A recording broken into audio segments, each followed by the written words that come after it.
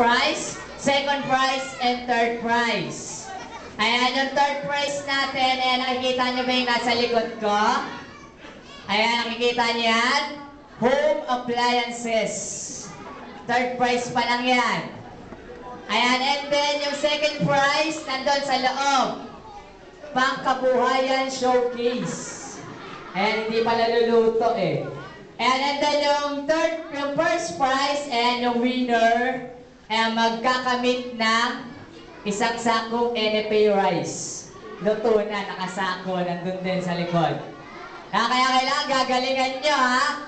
Okay, ayan, okay, nakahanda na ba yan, Kuya Clem? Ayan, okay, ganito lang.